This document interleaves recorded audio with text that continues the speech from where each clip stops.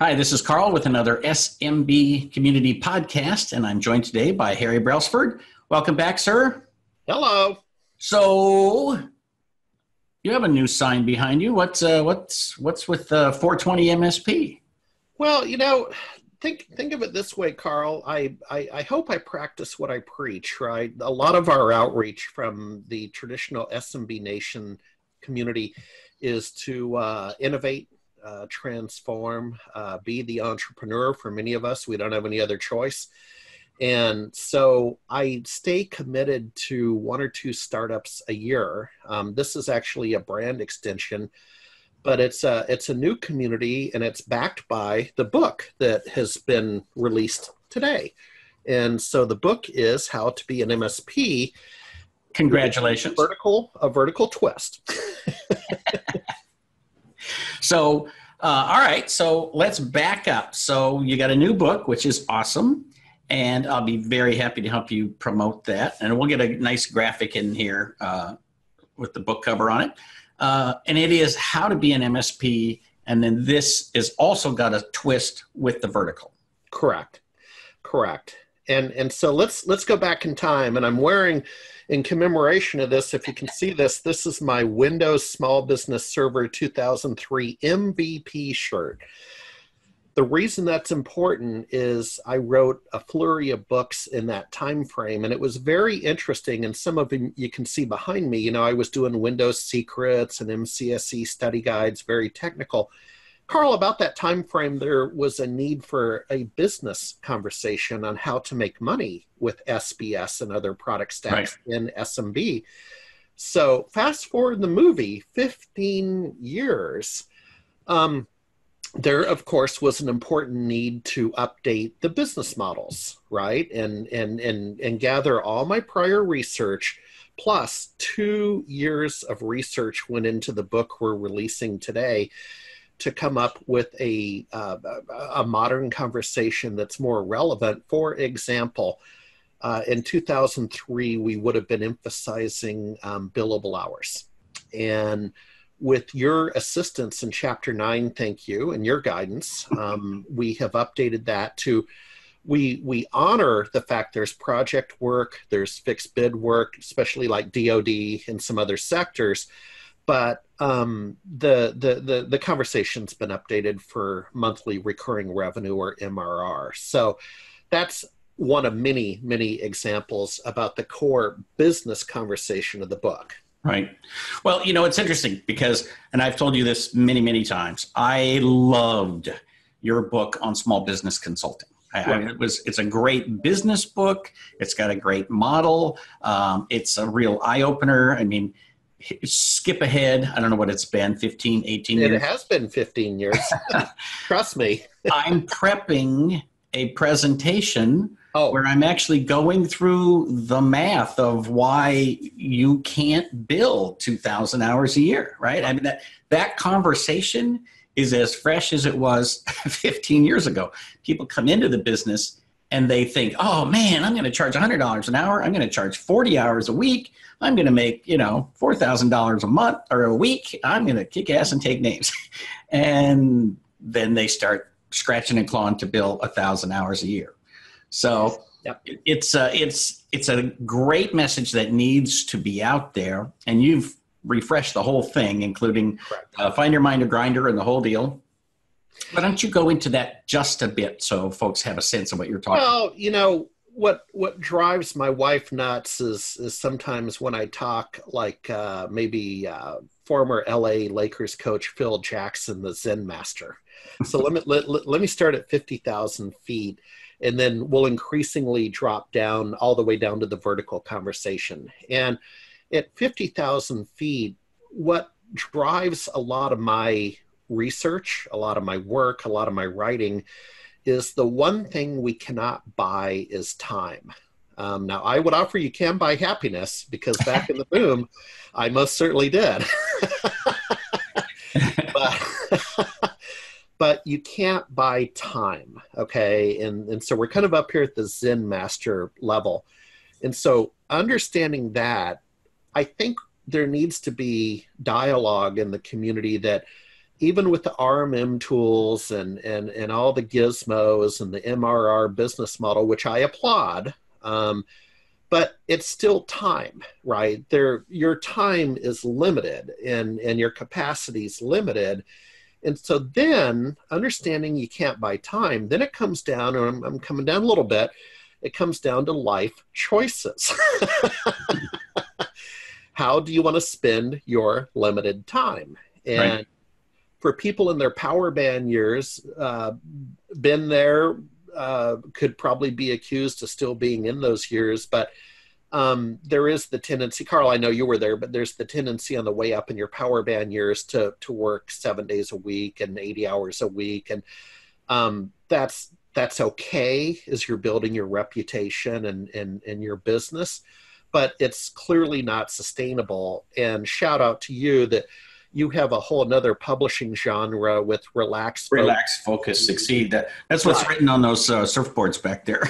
Right. So, we'll leave those surfboards just hanging out there in the ocean for a minute. But so you can't buy time. You have to make life choices. And what, at the end of the day, I'm trying to do with this book is make you, I'm drawing on my experiences both in the private sector and the academic community as an adjunct college professor over the years, that I'm trying to crystallize that conversation and bring it into a book that I think needs to be added to your bookshelf. I never have suggested my prior 20 books should be the only book you buy, because I look at this as a life learner experience. So you should buy Carl's books. You should buy Harry's books. You should buy Andrew Bettany's technical books. He was just here for the MVP Summit.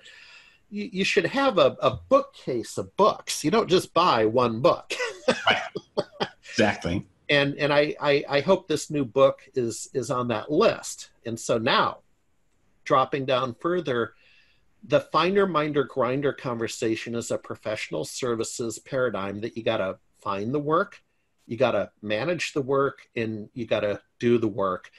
And it's like project management, right? That you cost, time, or quality is the triangle. Pick two. Right, exactly.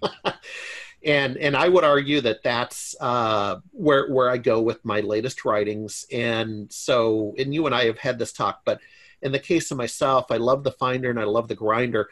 So fortunately, Jennifer Hallmark is in her 12th year with me on the operations side. So she's the minder, right? So pick two and then hire what you can't reasonably do well. Well, and as you grow, you hire a couple of grinders, and then you need to hire some managers. So you hire some minders, and I think most small businesses, the owner does the finding for a long, long time.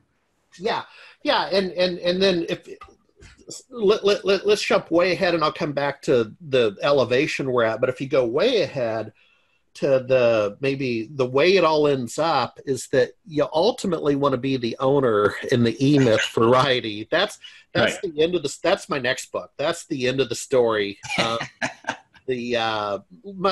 Much later in life, but back to the finder, minder, grinder model. So that's sort of the paradigm.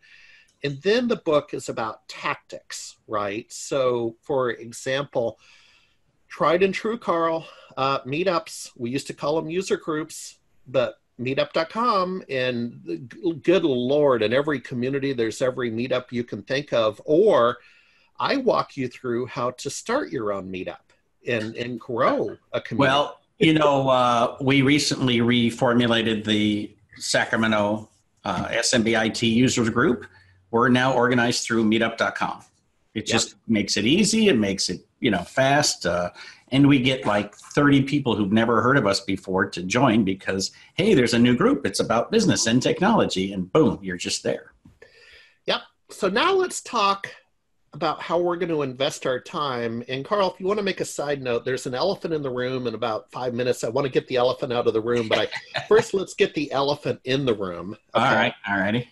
And so how are you going to invest your time wisely? Because you have needs, economic needs, right? The kids need shoes, much less college tuition. And so you typically want to invest forward in a sector or a vertical that is showing signs of health. Breaking news. Right, right. And let me tell you what's not working, Carl. I've been on your show before. You've been on mine, and I hearken back to my childhood in Alaska, where Prudhoe Bay was a very strong catalyst for Alaskan growth for almost 40 years, right? Largest oil field in North America, 300,000 citizens. So just take your suburb in Sacramento and lay down $1 billion every 20 days on those people. Ooh, right? I'll take it. Unbelievable. Prudhoe Bay is done. Secondary recovery methods went far longer than we thought it would. The risk of a natural resource economy is exactly that. And so, Carl, I have good friends I talk to weekly. I'm going to go back up there in June. I still want you to join me, by the way, to go to the Big AK for a photo safari. But Carl, some of these are MSPs. I mean, not just childhood friends, and they literally don't know what to do. Their GDP over the last couple of years contracted by 6%. And, trickle-down economics, that goes all the way down to the SMB on Main Street, because an economy demands GDP growth of about 2% just to account for net migration and natural birth, right? Right. And so if you can imagine a contracting economy long-term, there are bills in the legislature to close the University of Alaska. Okay, wow. They're going to shut down their university system. And that is fatal when you're in tech, right? As an investor, not interested. Right. Right. Seattle success, University of Washington, Austin, University of Texas. So what I've done over the last 2 years with what I call primary, secondary, and field research, going to meetups and scientific conferences, industry conferences, is I have identified the hottest sector, the hottest vertical in the North American economy. You could argue that the Department of Defense might be hotter, and that's a social covenant that we've made to fund defense, right? We'll put that over there, and it is hot. DOD is hot. Right, but it's not SMB. I would argue the legal cannabis industry right here, right now, is the hottest vertical, hottest sector of the economy. And I have a lot of evidence that supports that, but trust me, the net capital inflow into this industry from legitimate companies, especially in Canada, where it's federally legal and they can work within the banking system, Carl, it's the .com it's the late 1990s all over again, my friend. Right. Well, so as we're recording this, so last week, Seth Rogen from Canada announced an entire company designed to help people make it easier to understand how to be comfortable with cannabis and to make money with it. So it's interesting because don't forget that elephant. We still have that elephant in the room.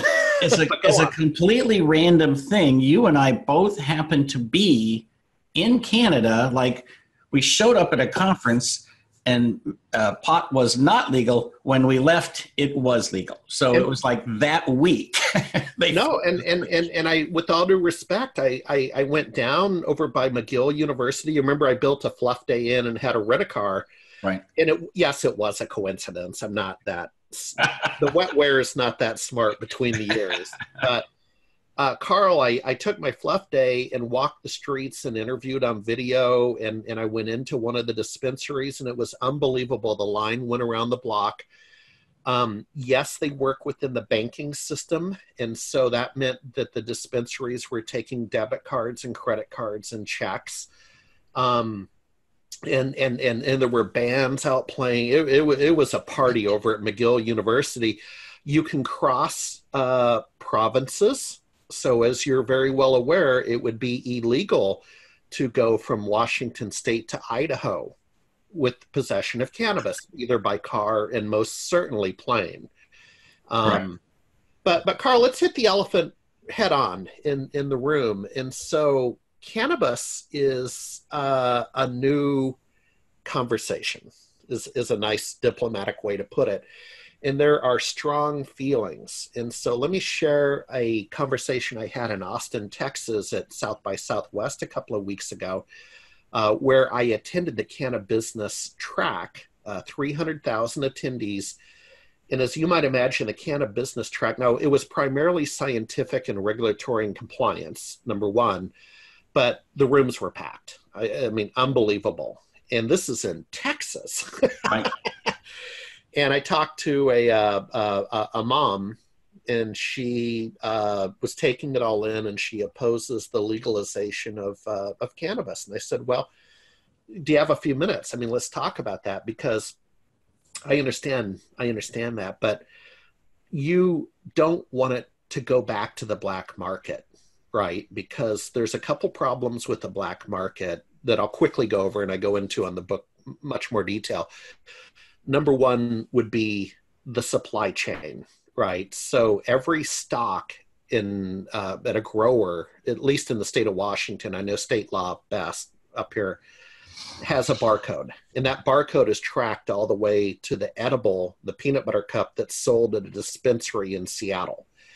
And the black market doesn't have that. That allows you to do a recall if there's molds, mildew, pesticides, or terrorist contamination, right? Versus we can't do that. And you've seen these stories where there's fentanyl and the overdoses out on the streets of a big city, and they can't get their arms around it because it's a black market. Right. Number two, prohibition doesn't work.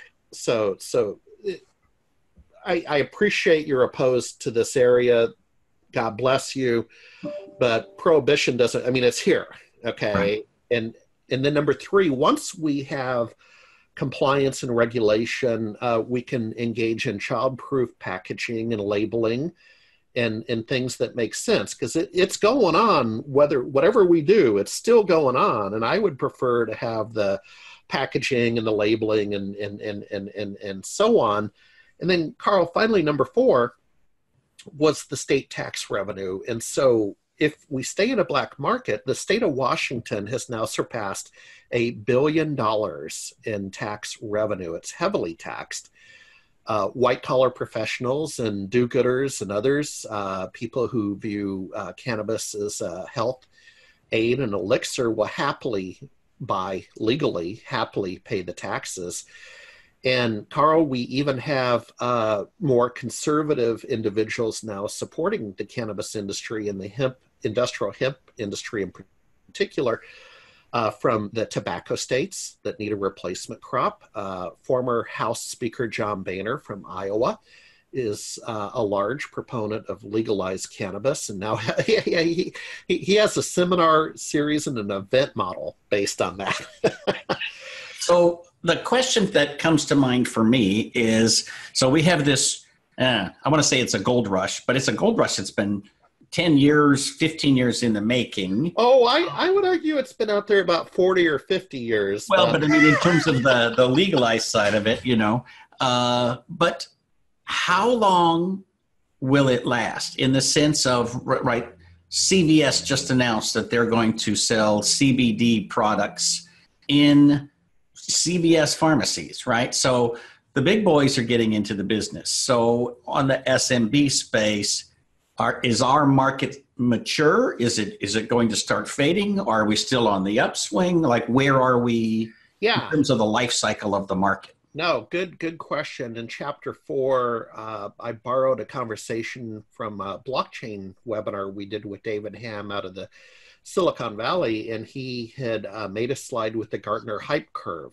and it relates to technology, which, by the way, that is always the focus of my book, is the technology side. I am in no way suggesting you partake. That's an individual decision, and quite frankly, I don't care. But the Gartner hype curve for technology is the slope, the upward slope, which we're on. So it's the SBS in the 2000 to 2008 timeframe, right? Remember, SBS 97 to about 2001 was down here, right? Well, we're past that. And then now we're on the curve, and we're headed up. We're probably about midpoint on the curve. And so it has legs in terms of the Gartner hype curve. And then there's the trough of disillusionment, right? That capital tends to flow in too aggressively into sectors. And so then there's going to be stores that close, and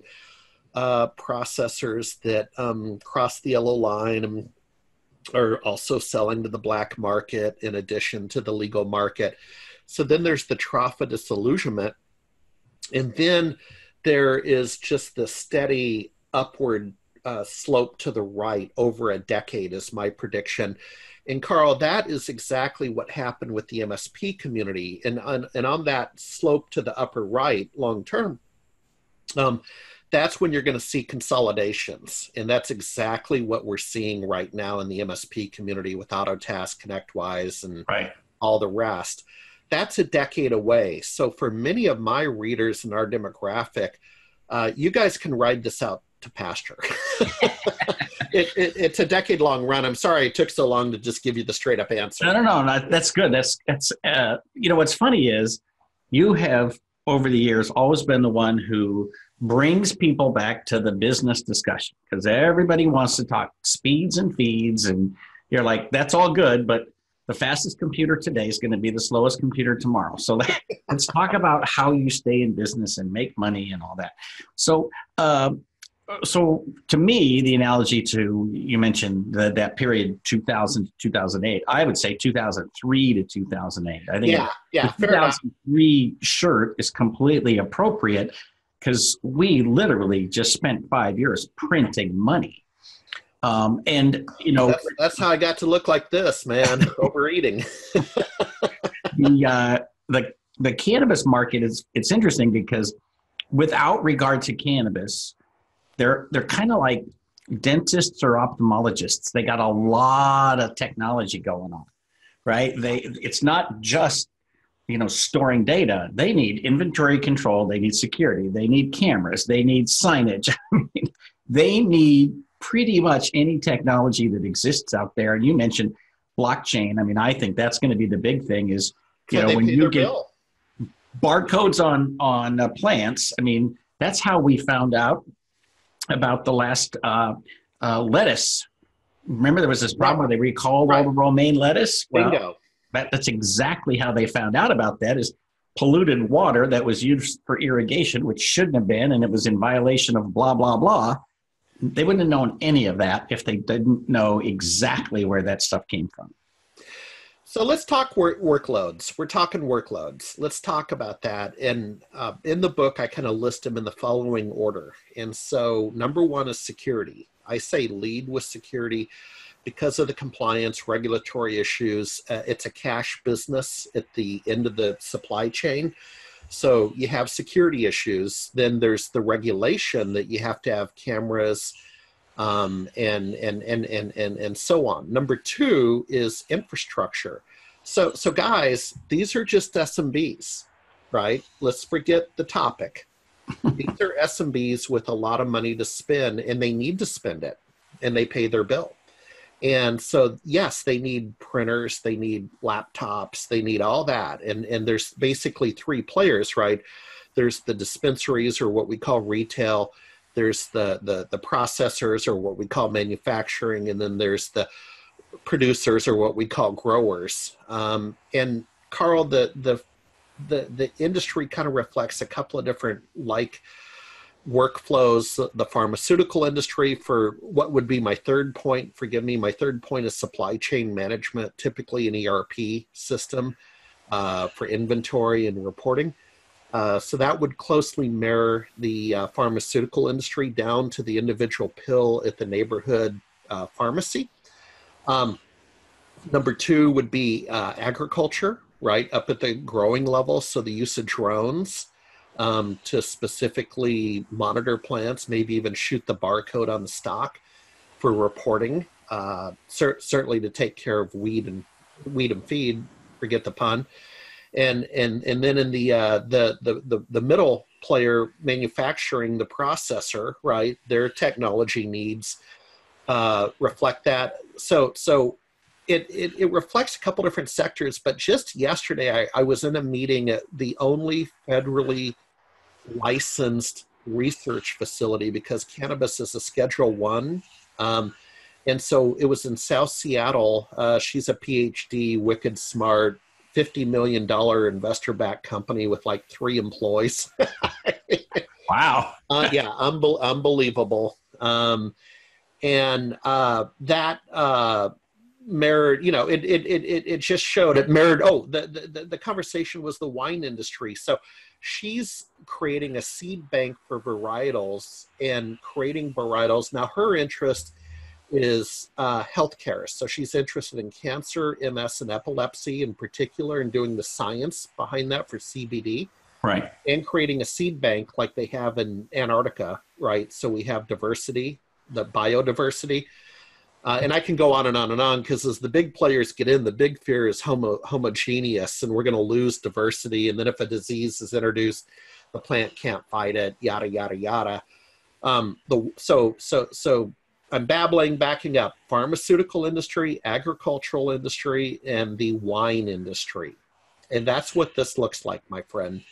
Right. And there's a layover of HIPAA, right? Because to the extent that it's used in the medical, right, that's all HIPAA related. So, so there's a lot of different technologies. Is there any clearinghouse yet of like, can I go to a place and say, here's all the technology you need to run your store? Yeah, but that would just be the standard bundling. And again, with your assistance, thank you, in Chapter 9, I write up the Olympic medals. So we got your gold, we got your silver, and we got your bronze. I know you rolled with platinum, but Carl, and again, thank you for helping me with that chapter, but I did want to be distinctive. And but it's just a typical bundle. Now, that said, in Chapter 3 and 4, I double-click down into the sector. And think of it this way, the vertical, forgive me. I double-click down because, Michael in New York City, one of our MSPs and user group leaders, who is focused on the legal community. He has domain expertise in his vertical. If you're not a legal, a law firm, no interest. Don't want to talk to you. You have to develop domain expertise in this field, not only for street cred, but Carl, to your point, to know what solutions to offer and why to offer them, and be an authority. And I would offer, yes, there's the book, and the book is a book. But the 420msp.com community is where we have the interactive updates to the book, right? Because it's always changing. Right. And much like you said, the gentleman from Canada making an investment last week. Well, the problem, Carl, is my example of John Boehner and Martha Stewart and other well-known figures. I would not have picked up on that, but I can sure do an updated video or blog about investment capital flowing in, right? Right. So 420 MSP. We are almost out of time, but let me be super clear about two things. First of all, there's the book. It is a great business book, and if people have no interest in the 420 side of it, they will still get a great deal out of this book, and it is the 21st century guide to running a small IT consulting company. Right. So that's worth getting, and so we're going to have a link to the book down here, and then also you've got 2 minutes. A minute and 30 seconds to tell me about the 420 MSP community, and we'll put a link down here as well. Yeah, I mean, it's real simple. Where I've always done best in my career is like Mama saying that she'd rather have me early to dinner rather than late, okay? And that's a homespun saying, but it really rings true. And so hopefully I've led by example and consistently tried to be early into different opportunities. Again, I would offer Small Business Server as an example, cloud with Cloud Nation in 2010, analytics, and now the emerging cannabis industry. Do all startups work? Absolutely not. Are there risk factors? Absolutely. But it's the risk-reward equation, right? That I think the next MSP millionaires are listening to this podcast. If they get serious, they get smart, and they take advantage of what 80% of the book is what you alluded to. It's how to run an MSP practice today, okay? The 20% is the absolute hottest vertical market in North America in terms of capitalization and cash. But I say once and I say twice that you may want to select another vertical. Again, I would offer keep an eye on the defense sector. I think housing is cooling down. I think some sectors are cooling down, but defense is red hot. And you could take those same behaviors to become a domain expert in the sector of your choice. That's my best shot. And then, you know, it all coalesces at our community. So there's going to be more works coming out of this. And it's going to be guys, it's a 10-year run. I'll see you on the other side. Very good. And what's the website for that? Yeah, 420msp.com. Perfect. All right. Well, thank you once again for being here. I appreciate it. And we will have you back. So I'll have you back in 10 years to see how well you did. Yeah. I'll let you know how, if I have that winter home, a 5,000 acre ranch in Austin, Texas, and a waterfront home on Bainbridge Island, you know, it worked out, Carl. Thank you for having me. Very good. Thank you, sir.